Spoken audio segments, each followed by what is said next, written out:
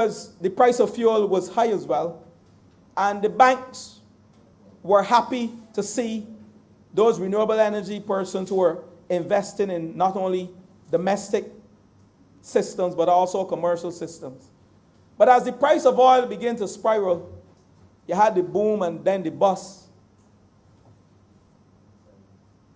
This volatility methodology of coming up with a rate that is tied to fuel became problematic. And again, there was a fundamental change in 2016 when it was deemed appropriate to move away from linking the value of the rider to the avoided cost of fuel. Now, Mr. Speaker, this signaled the beginning of another era in terms of the renewable energy sector. Because the Fair Trading Commission, the Ministry of Energy and Water Resources, along with the Government Electrical and Engineering Department, spearheaded though by Fair Trading Commission and Barbados Light and Power, came up with a flat rate, which we call the Renewable Energy Rider, because the time has come for them to delink this rate from the price of fuel. And that rider rate was 42 cents for PV solar, and I think it was 31.5 cents for wind. So any person setting up a system through PV solar and selling the electricity to Light and Power, they would receive a rate of 42 cents per kilowatt hour for their system. That is for the energy that they produce and is being sold to Light and Power. And for anyone who set up a wind turbine or a wind system would receive 31.5 cents per kilowatt hour. That signal the linking, and the rider was then created on a resource cost basis. And indeed, what we begin to look at when FTC came up with that rate was the whole elements of setting rates in terms of installation costs. We look at the cost of solar PV. We look at the decrease in cost, because over the years, the cost of PV inputs and the equipment begin to decrease. They also looked at the cost of capital. They also looked at operations and maintenance costs for the system, which is associated with operating and maintaining a project, and is essential and is assessed, on an annualized basis. So several things went into coming up with that new rider rate. But the only thing, the difference between that rider rate and the feed-in tariff rate, which I will speak to shortly, was that the feed-in tariff rate was for 20 years, while the rider had no specific, well, the rider is for 20 years, but that rider, those persons who came in before the feed-in tariff rate was announced, they were red circle, and they had that rate for 20 years. But new entrants into the market after the feed-in tariff rate was announced on September 24th, they were pinned to these rates that came up through a feed-in tariff methodology. And I will get into that at this stage, because early in the year, there was a ministerial statement by the Minister of Small Business, Entrepreneurship and Commerce. It was not read in the chamber, but it was laid in the chamber. That speaks to the feed-in tariff and auctions for renewable energy technologies. And Mr. Speaker, on September the 24th, 2019, the feed-in tariff rates were agreed upon, and they took effect from October 1st, 2019.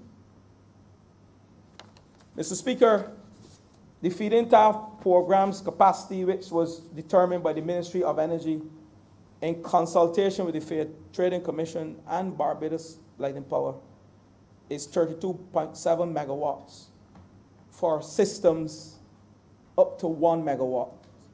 So 32.7 megawatts out of the total 600 megawatts have been allocated for renewable energy systems, whether wind, biomass, PV solar, for systems that are less than 1 megawatt. And indeed, Mr. Speaker, under the FIT program, capacity is allocated on a first-come, first-served basis, and submission of a complete license application secures a spot in the queue of eligible projects. And I'm reading from the statement, Mr. Speaker. The FIT rates, which took effect from October 1, 2019, will remain in effect until the total capacity is exhausted, and I speak about the capacity of 32.7 megawatts that has been allocated for the 1 megawatt systems, and that's what that feed-in tariff rate is catering to. That capacity, these rates will stay in effect until that total capacity is exhausted, or until December 31st, 2021, whichever comes first. So renewable energy producers or IPPs will get that feed-in tariff rate once they receive their license from the Ministry of Energy and Water Resources. They are responsible for issuing the licenses, while the Fair Trading Commission is responsible for rate setting, and that has to be made clear. Now, Mr. Speaker, the FIT program made provisions for renewable energy systems in 4 categories: solar, land-based wind, biogas, known as anaerobic digestion, and solid biomass. And these categories, Mr. Speaker, are subdivided into 9 subcategories based on the size of the renewable energy systems and the corresponding rates. Mr. Speaker, members in this Lord Chamber, members of the public, there are 5 tariff categories for solar, there are 2 for wind, there's 1 for biogas, and 1 for biomass. And Mr. Speaker, what I will do at this time is to present these rates in this chamber. So the 5 solar categories go as follows. For solar up to 10 kilowatt, the feed-in tariff rate is some 42.75 cents per kilowatt hour.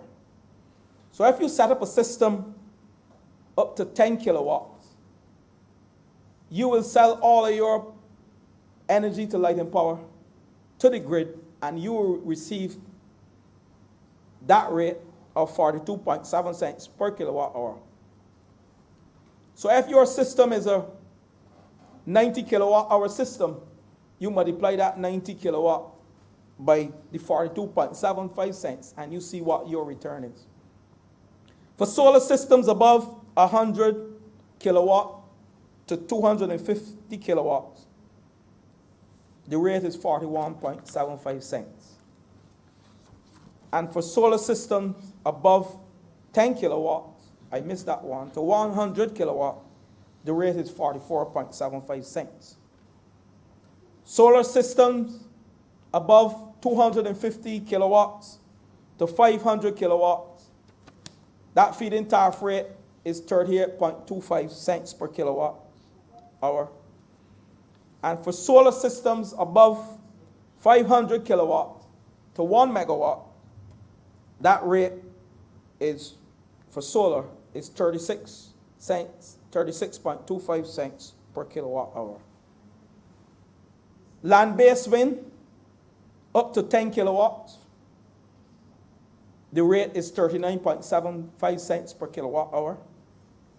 Land-based wind above 10 kilowatts, but up to 1 megawatt, which is the limit for this feed-in tariff methodology, is 38.25 cents per kilowatt hour.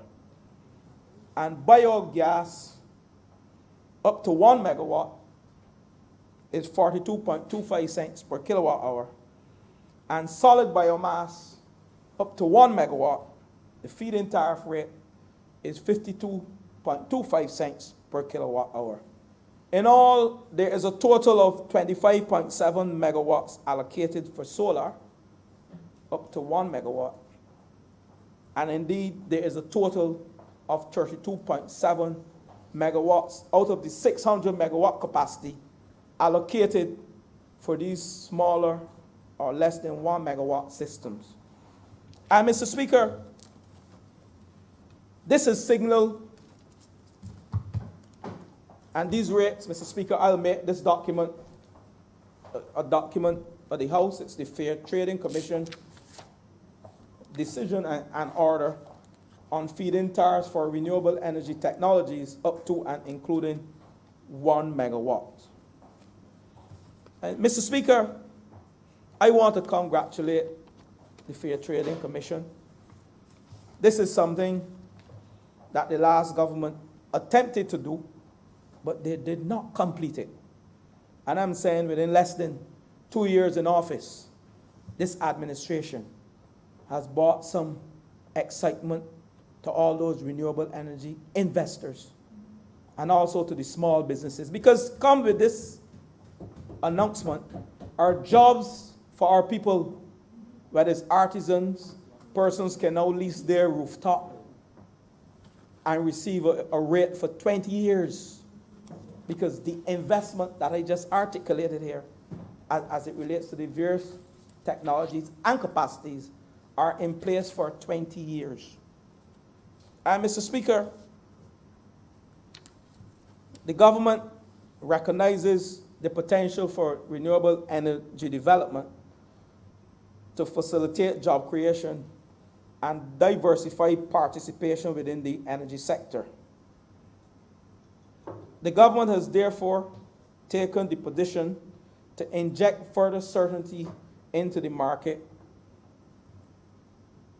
and the Fair Trading Commission will use the feed-in tariff methodology to determine rates and procurement methodology for renewable energy systems between 1 megawatt and 5 megawatt.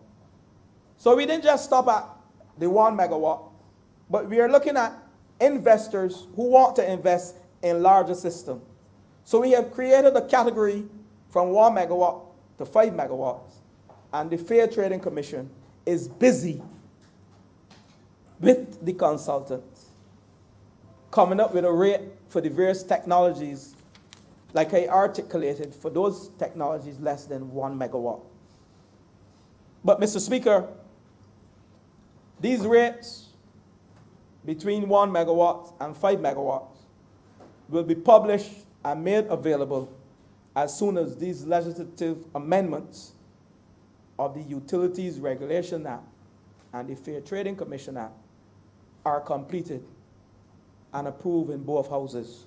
So, Mr. Speaker, we are not finished as yet, because there are bigger players who want to come into the market with systems greater than 5 megawatts.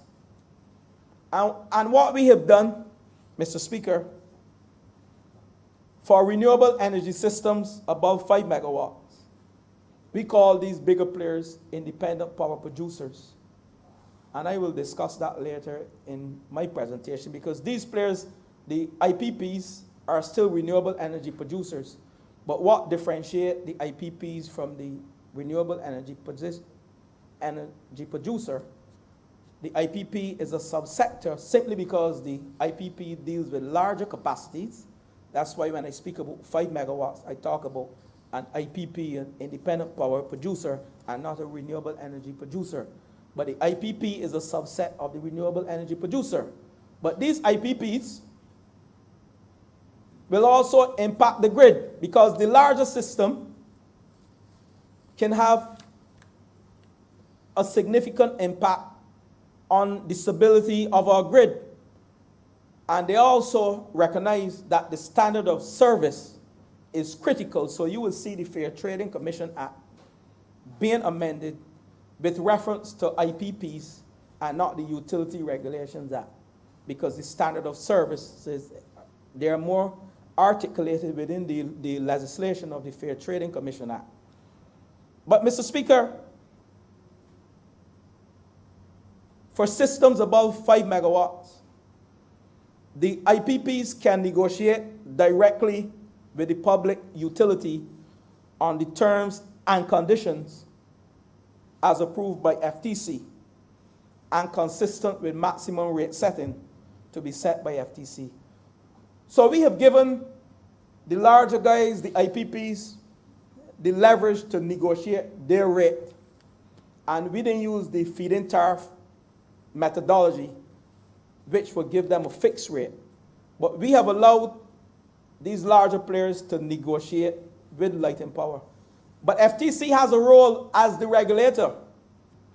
FTC will make sure that these rates are reflective of market rates.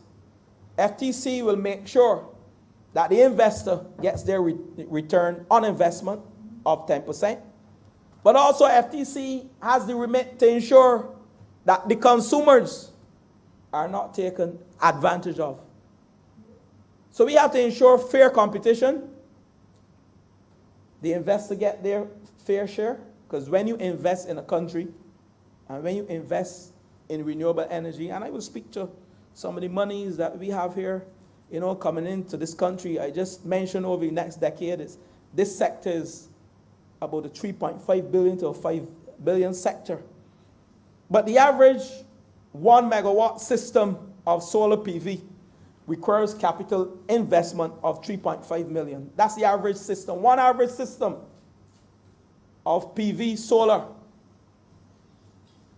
requires an investment of $3.5 million.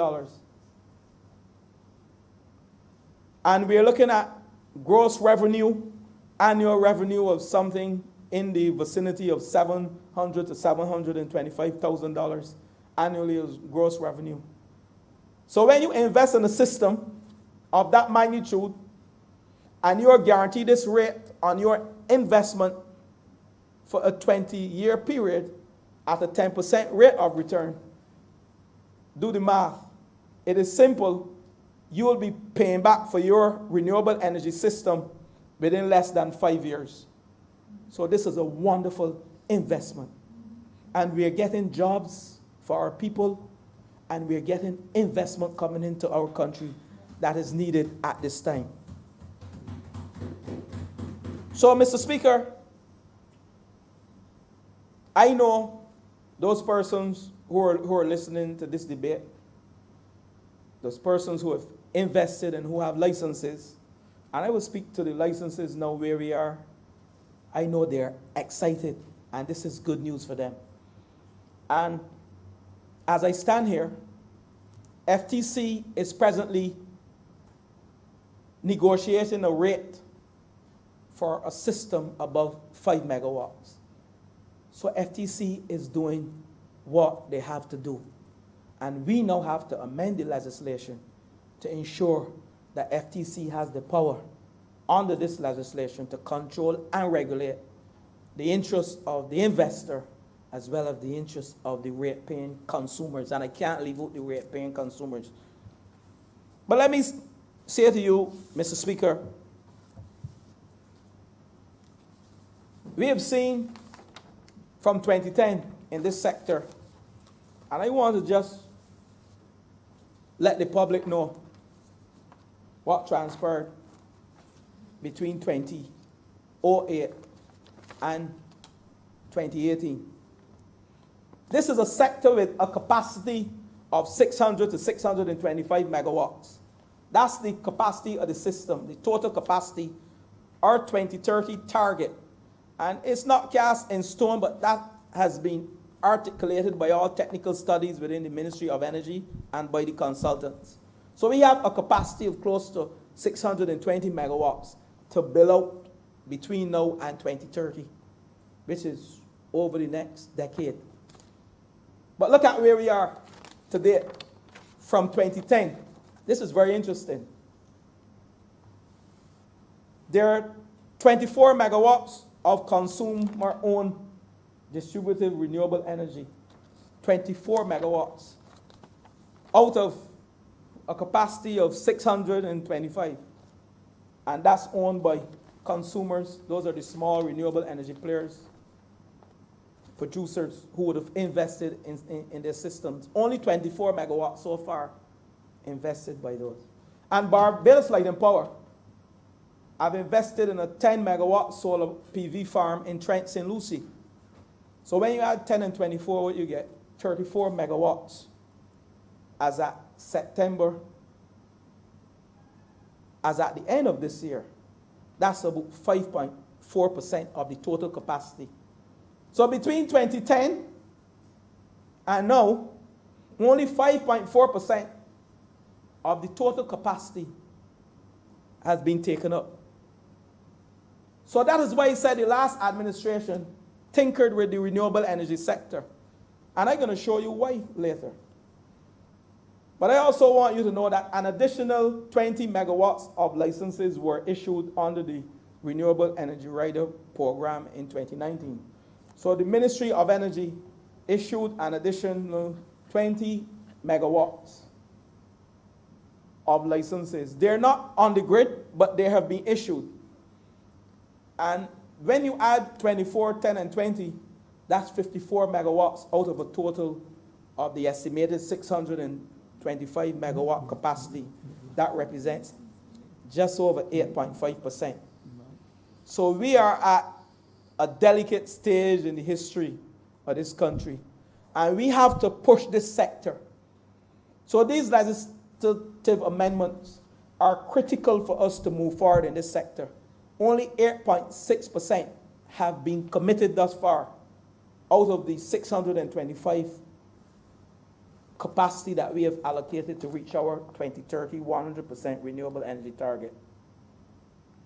And Mr. Speaker, when we look at the investment after 2021, because we now have to add that 32.7 based on what we have done for the systems for 1 megawatt that I spoke to you about.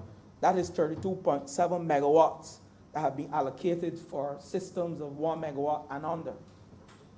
And if we add that, we only get 14% that have been committed thus far, up to 2021. And why I'm giving you these figures, because after 2021, we have 8 years to install 86% of the renewable capacity in this country. After 2021, we have 8 years to install the remaining capacity in this country. And if you divide that equally, the challenge would be to install roughly 67 megawatts of renewable energy capacity annually from 2021 to our target goal of 2030. So we are faced with a situation as a result of the inertia of the last administration.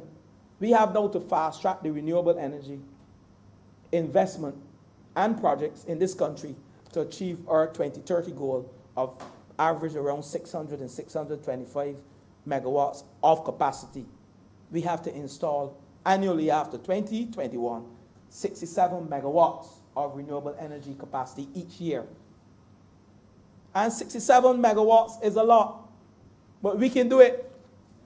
We can do it because, Mr. Speaker, as I speak to you, in the absence of the tourism sector, our premium foreign exchange earner, we need investment to spur the growth. And this is where it is coming from.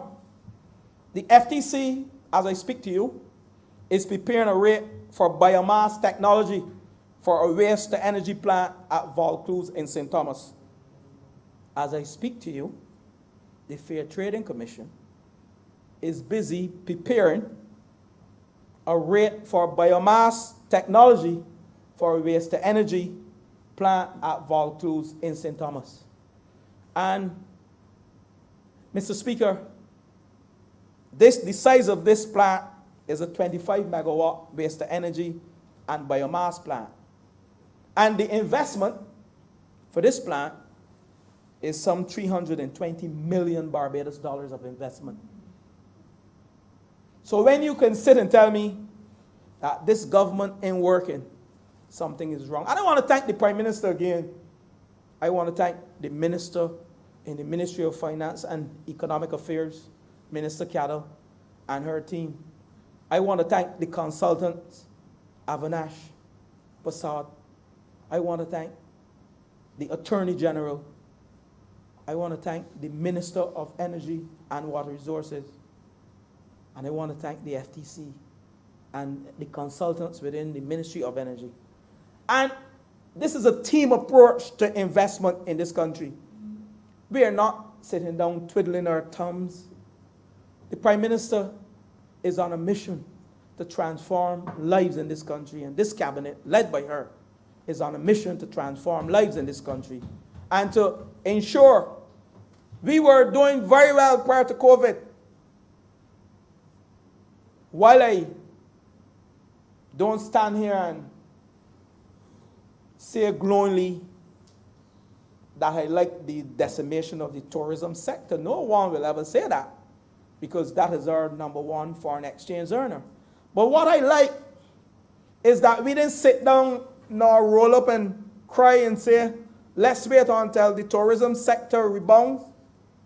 We push new frontiers, and we sort of fast-track investment in the renewable energy sector. And not only in the renewable energy sector, I want to pause at this time and congratulate my Minister of Agriculture, my friend and member for St. Philip South, who is busy in that ministry, that no one paid close attention to in terms of food security and reducing our food import bill like we are doing with the energy bill. But he has taken that baton, but he didn't take the baton, he had to pick it up and he had to run with it. Nobody passed it to him. We can't talk about anybody passing anything to us. We had to start from scratch. We had to make batons and then begin the race again, because everything was decimated and destroyed in that sector. And this sector, people were tinkering with the sector for their own self-gratification. And I'm going to speak to that shortly. So that investment of $320 million in a 25 megawatt waste-to-energy plant at Volcus will do several things for us. It will address our garbage situation, because we are burning organic waste, disposing of our organic waste. And through the Minister of Agriculture, he will make available all the fallow land, all the idle land, to be used for the production of biomass. And he has already identified that. Because when we start this plant, we are looking at 20% local organic waste, and we're importing 80%. But that can't deter us, because all the cost-benefit analysis, they're being done by Minister Cattle and her team, and all prospects look good in terms of the return on investment and in terms of what investment will come to this country next year, and I think even before, and the creation of jobs. So, Mr. Speaker, we're in this chamber today with a very, it seems simple to amend these legislation, but they're very important for Barbados' future. They're important for our children's future. They're important for the working class people of this country's future. And they're important for closing that gap. And as the Prime Minister said Saturday, they're important for raising the flooring. The ceiling has no limit. But when you raise the flooring, you raise up your people and you give them opportunities that they never had before. And this sector will create immense opportunities and jobs. I spoke about persons leasing the rooftop. Persons can also lease the land. But I want the Barbados Light and Power, and I'm going to propose this.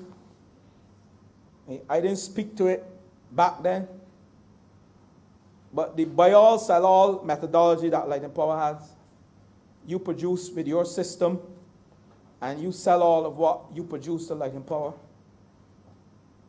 And Light and Power, say you produce 300 kilowatt hours from your PV system or your wind system, you sell all of that into Light and Power, but you're connected to Light and Power's grid.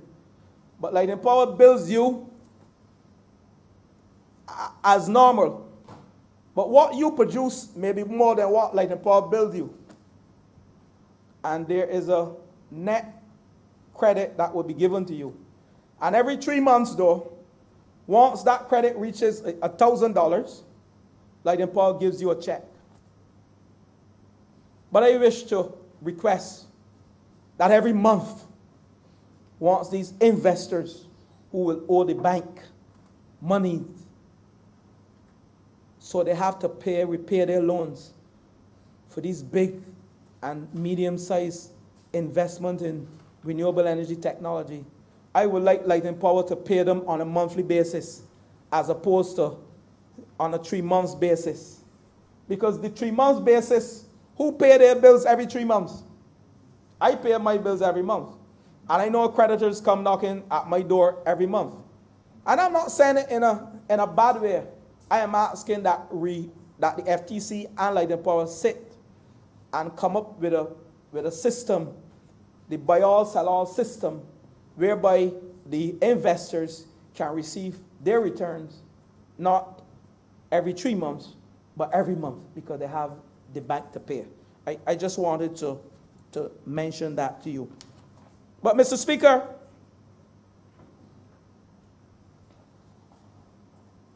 I don't want to dwell in the minor. And the minor, for me, today was major for some yesterday. And the member for St. Michael West, I'm sure he would agree with me. Because FTC's role as the regulator and the rate setter for renewable energy, this is nothing new to FTC. It is new for renewable energy, but not setting rate for electricity generation. But I wish to recall the Cahill fiasco. The Cahill fiasco, which was a 40 megawatt waste to energy plant. And not only a 40 megawatt waste to energy plant, but it was unproven technology where you are burning 1,000 tons of waste per day. And it had temperatures from this plasma gasification plant of some 1,500, 600 degrees Celsius emanating from these systems. And you had this technology in the first world was only successful for 8 months. You can't call that success. Because if a plant runs for 8 months, burning 1,000 tons of garbage per day, that's not a success rate. We have to talk about failure, Mr. Speaker. We can't talk about success. But this unproven technology was brought to this country by a bunch of men who were looking after their interests only. And let me tell you why they were looking after their interests only. The rate given to Barbados Light and Power was a rate of 66 cents per kilowatt hour. So when you set up this waste to energy plant, this plasma gasification plant, you are going to sell the electricity to Light and Power at 66 cents per kilowatt hour. Mr. Speaker, members of this chamber, members of the public, I challenge you to call Light and Power and ask them if this is not one of their gas turbines in efficient operations. This is the cost of running one of their old gas turbines inefficiently, some rate of 66 cents per kilowatt hour. This is what we were going to put in modern Barbados, that rate, and in St. Thomas, in rural Barbados, with temperatures of over 1,500 degrees Celsius. And you were going to be paying, Light and Power was going to be paying you, because the rate was negotiated between the government of Barbados and Light and Power, Barbados Light and Power. FTC was taken out of the picture. Because you know why? Because had FTC been in the picture, that rate of 66 cents per kilowatt hour could not have passed FTC. How did they get that rate? Now let me tell you something, members of the chamber, Mr. Speaker. That rate, in my view, was lotto, jackpot, and interest all in one. For somebody. And who would have to pay for that? Ordinary Barbadians. We would have to pay for that in our electricity bills. So I don't know what cost-benefit analysis was done with this Cahill plant at all. But 66 cents for a waste-to-energy plant, and I'm telling you, the proposal by the investor to negotiate with Light and Power for the plant at Vaucluse that I have just articulated is way less than 66 cents per kilowatt hour. So, Mr. Speaker, don't let us forget, and when we hear people talking, FTC was excluded from the negotiations between the last government and Barbados Light and Power because the rate that was submitted from the last government, the last administration, of 66 cents per kilowatt hour would have raped this country and the taxpayers. And Mr. Speaker, you know, the Honourable Member for St. Michael West will agree with this statement that the Almighty, He watches over us. He presides over us every step. And I saw it over the last 2 weeks. I will speak to that shortly. I saw it over the last 2 weeks. So, Mr. Speaker, you have seen FTC in this legislation before the chamber, giving FTC the right, and the legislative framework to mediate in these deliberations so that the consumers are not charged a use price for their electricity bill, so that the taxpayers in this country, they are protected. And when FTC review the insurance premium, the capacity factor, which look at how much of the plant utilization you will be using, the operations and maintenance costs, I have the whole list here, the cost of capital, the install costs, several things FTC review in order to come up with a good rate. But Mr. Speaker, that is not all. FTC had to intervene in the sale of BNTCL to Sol. That's a fair competition matter. And the last administration was literally giving away BNTCL.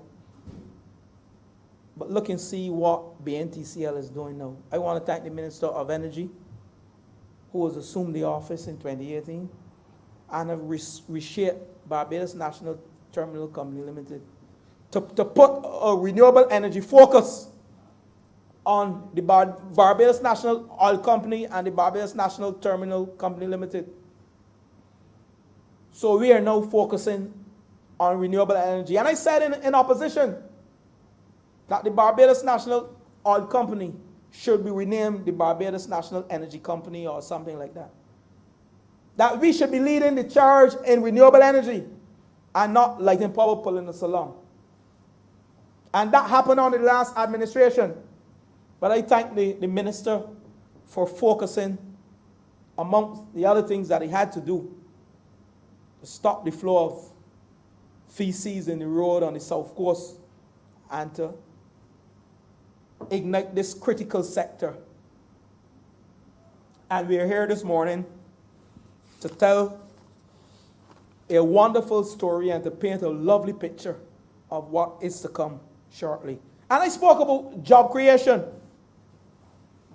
within this renewable energy sector. This sector has created a new category of work for existing artisans and tradesmen, electricians, roof installers and engineers, rental of rooftops and lease of properties by landlords, all construction workers, small, large, and medium size, as well as job seekers from the Barbados Community College and the Samuel Jackman Prescott Institution. So we are developing a cadre of workers, not only those persons who are within the field, but we are making sure that our institutions, the Community College and the Samuel Jackman Prescott Institution, these guys and ladies understand the importance of getting into this sector. Auto mechanics, Mr. Speaker, will be trained in electric vehicles and energy storage. The legislation is silent on energy storage. One of the amendments before the House is energy storage and how we will treat with energy storage. But, Mr. Speaker, I have given you the picture of how one investment, a 25 megawatt waste-to-energy plant, can ignite this sector. And I'm hoping that the work will start, and I know the minister within the Ministry of Finance, the member for St. Michael's South Central, she will speak on that because that's her portfolio, and I know she knows exactly what is happening there. She has done the numbers. I haven't done the numbers. All I'm focusing on is setting the rate. Not that I'm not interested in the numbers, but we all have our various ministries to look after. And she has done her work because she brought that proposal to the Fair Trading Commission and asked the Fair Trading Commission to intervene to ensure that this rate is a respectable rate. And this rate has taken the interests of all parties, the investor, the consumer, and the other stakeholders. But, Mr. Speaker, just before I get into the bill, you know, the last 2 weeks, Mr. Speaker, for me, was somewhat of an experience. And, Mr. Speaker, the picture that was painted of the Minister of Small Business, Entrepreneurship and Commerce, who is seeking to build small business in this country, who has walked the length and breadth of Barbados, not only giving trust loans, but looking at business sustainability in terms of the opportunities for small business men and women to help them survive, not only during COVID, but pre-COVID-19 and after. And indeed, while cash is not the only thing to make a business successful, we recognize that the system has significantly retarded the growth of small businesses in this country. And when I talk about the level playing field, it was misinterpreted.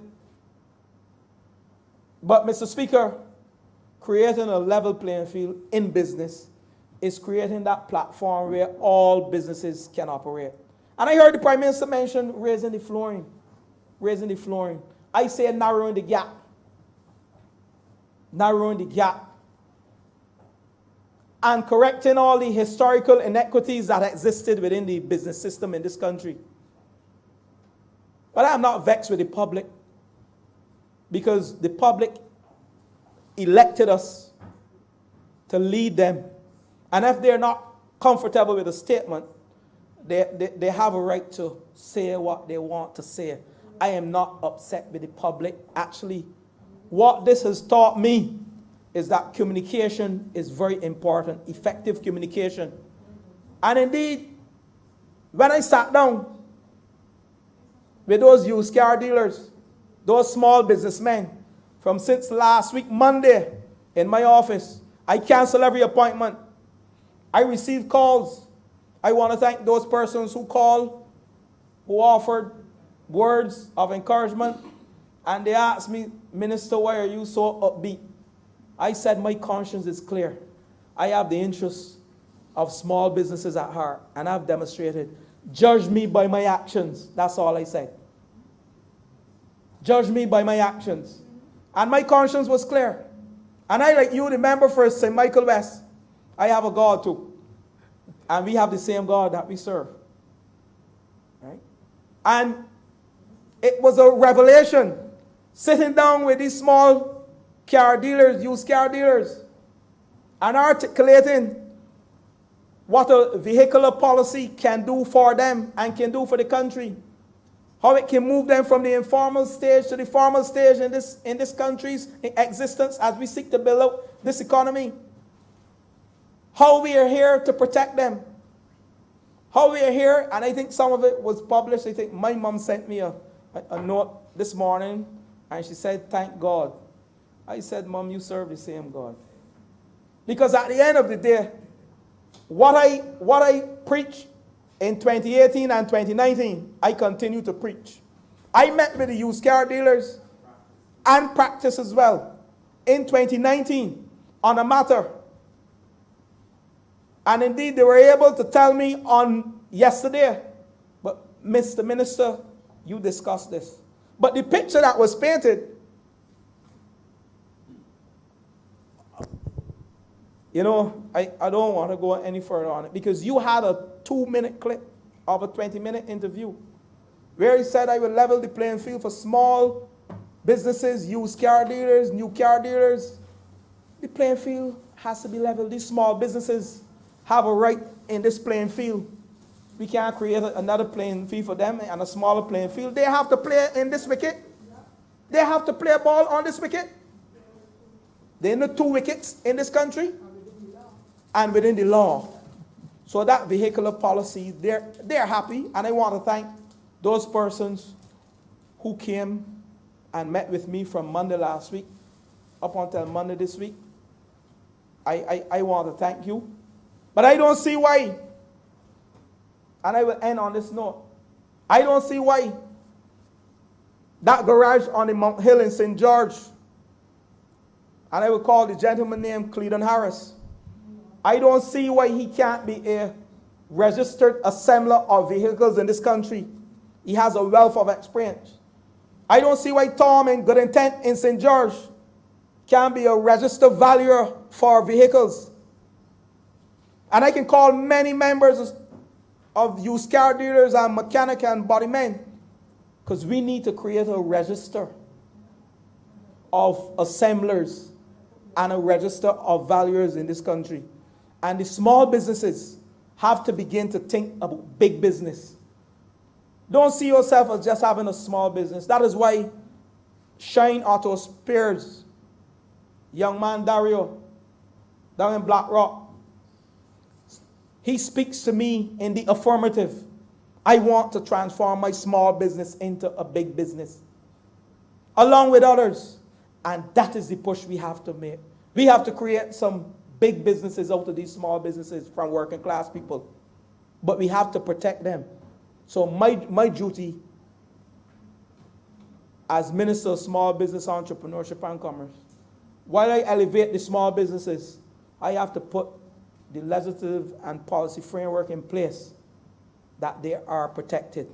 And that's all I am doing. But I end on that note, on that matter.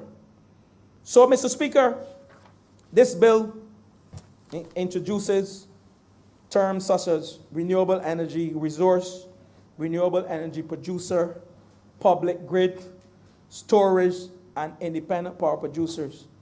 And these definitions are being incorporated because I don't want to spend too much time going through every detail in the act. But if we begin with the Utilities Regulation Act, we will see, Mr. Speaker, the Section 2 of the Utilities Regulation Act, Cap 282, is amended by deleting the definition of rates and substituting with a new definition that includes renewable energy producers. So before, the rate was every rate, fare, toll, charge, rental, or other compensation of a service provider. and we now add to it our renewable energy producer. We have a new player in the sector, a new category of player in the utility sector, and that is the renewable energy producers. Section 3 of the Act as well is amended by inserting the following new subsections immediately after subsection 2, and it speaks to the role of the Commission. The Commission may request a service provider to provide the Commission with information relating to operations, finance, or such other information as the Commission may consider necessary to perform its function. All we are saying here, Mr. Speaker, is that the Commission must have the right to get your information to come up with a good rate. Your financial data, your operation data, you know what I mean, your cost of capital, review your books. So they can call and ask for information related to your operations or finances that can help them arrive at a good rate for the renewable energy producers. And Mr. Speaker, after Part 4 in the Act, we have inserted a new part called Part 4A, and it is titled Renewable Energy. And it speaks to Interconnection Agreement, the public grid, renewable energy producers, and renewable energy resource.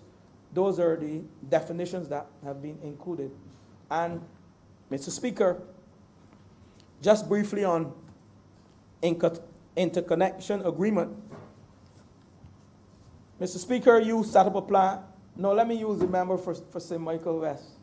The member for St. Michael West, through you, Mr. Speaker, sets up a plant where he is sitting. That's his PV plant or his wind plant. And I am the grid. So you have to get that electricity, that energy to my grid. Between the member for St. Michael West and myself, we have to determine who will bear that connection cost. So you're at your station and I'm on the grid.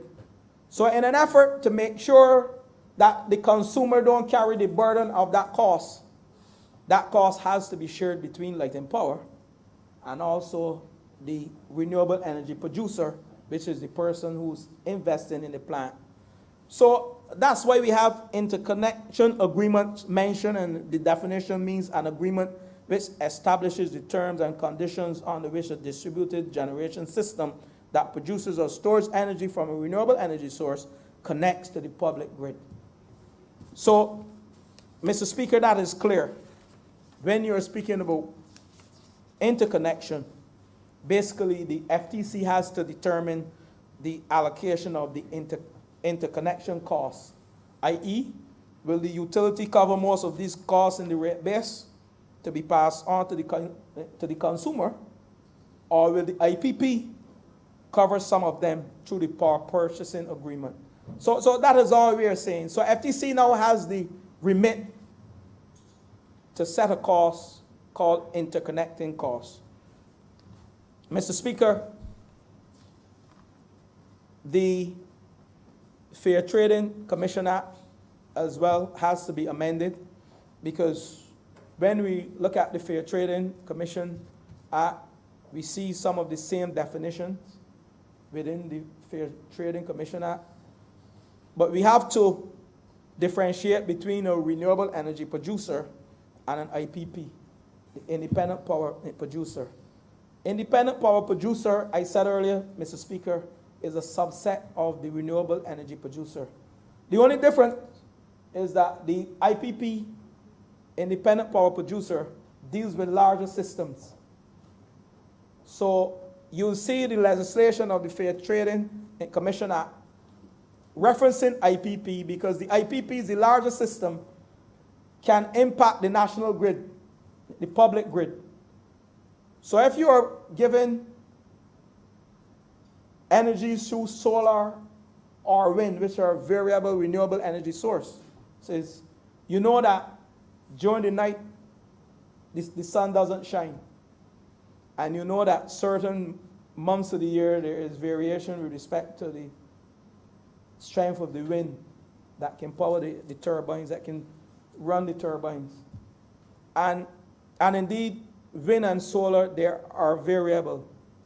So we have to make sure that the standard of services or the standard of service for the IPPs who are putting energy from solar and also from wind to the grid, we have to make sure that they satisfy the requirements through the Ministry of Energy and through the government electrical and engineering department, who is responsible for the grid code system. And that is why FTC, that is why we have ensured that the Fair Trading Commission Act,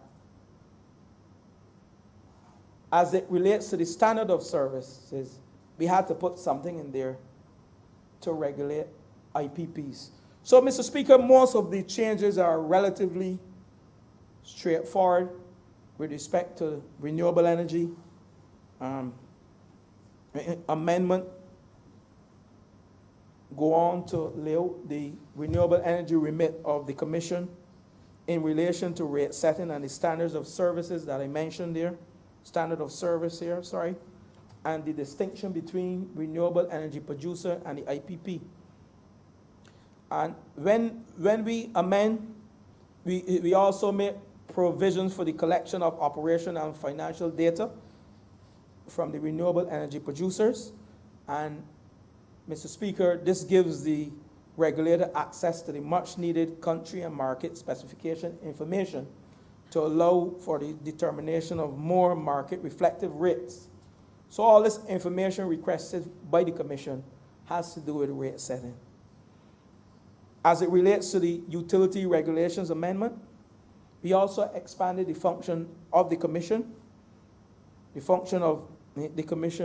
in relation to a renewable energy producer entering into an interconnection agreement or other agreement to supply electricity to the public grid, and we list what they're supposed to do to establish the principles of arriving at rates to be charged, set the maximum rates to be charged under the agreement, direct renewable energy producers to submit the proposal for the rates and terms and conditions relating to the agreement, and in performing the functions under subsection 1 that I just listed, the Commission shall consult with the renewable energy producers, representatives of the consumer interest groups, and other interest parties, and shall have regard to the national energy policy, the national environmental policy, and it went on, the requirement to promote renewable energy. So, while these amendments are somewhat straightforward,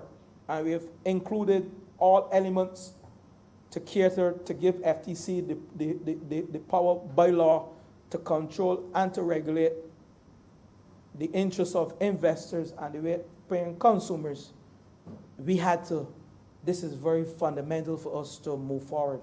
These are the foundation blocks that we have laid for the renewable energy sector.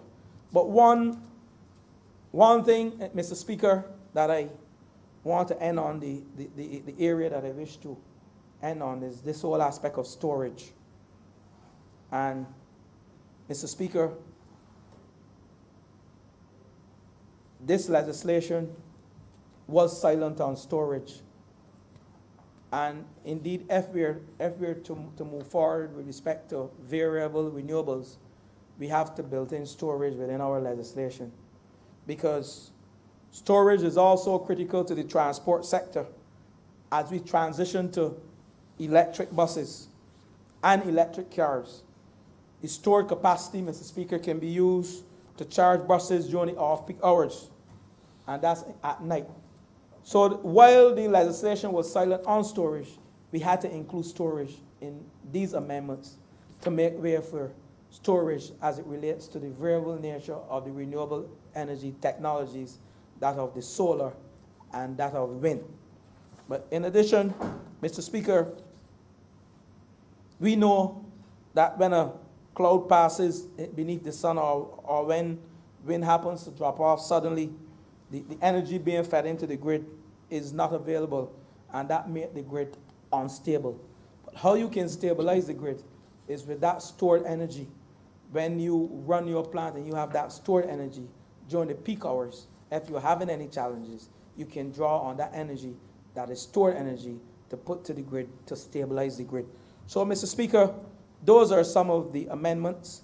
And energy storage as well, Mr. Speaker, can save the utility and its consumers by eliminating the need for large transmission lines and infrastructure, So when you have storage, there's no need now to have, you can reduce the cost by the utility for having these used transmission lines and this used infrastructure by just factoring in storage. But we look to mature renewable energy jurisdictions, that is FTC, like Germany and also California, to understand how they have dealt with this issue of storage and how energy storage can offset the solution. And California is a great example of where energy storage may help to balance the grid through the use of energy storage, because the target goal there have some 33% renewable energy by this year. And indeed, in order to achieve that, they had to install storage capacity. Germany, I said, it was also critical. But energy storage as well is critical in the interest of the utility, because the utility can store that energy that is produced by its plant and not used, such as the wind energy at night, and release that stored energy during the day when the demand is high. So, Mr. Speaker, here we are with these amendments to the Utility Regulations Act and the Fair Trading Commission Act to give the fair trading the power by law to set rates for renewable energy. But, Mr. Speaker, I end by speaking on the enfranchisement of local participation. And, Mr. Speaker, only last week, we formed a renewable energy co-op. And we cannot speak to only big business. We have to speak to small business. And we are seeking to ensure that working class people get their fair share of investment within this renewable energy market. And within my ministry, the Ministry of Small Business, Entrepreneurship and Commerce, we formed a renewable energy co-op. Myself and the Minister of Energy, we will leave here this afternoon to the official function of that renewable energy co-op. And all it is giving the working class people the opportunity to invest as well, to have their fair share of the renewable energy sector in this country. And that is consistent with this government trust of raising the flooring, even if there's no limit to the ceiling, closing that gap. We cannot only focus on foreign direct investment. We have to, but we have to make sure that our locals and our small businesses and our working class people invest. And this is the way we recognize that we can have investment. The co-op model is one man, one vote. So you literally protect these working class people from a hostile takeover, because we know, member for St. Michael West, there are some who may want to come to create a hostile takeover situation. But with a co-op, there's no hostile takeover. That is why the co-op model for the TAP program is an excellent model. And I've spoken to the member for St. Philip West for the co-op model for the cultural industry, for the promoters, for the singers who want to take their product abroad. I've spoken only yesterday for the co-op model for the used car dealers.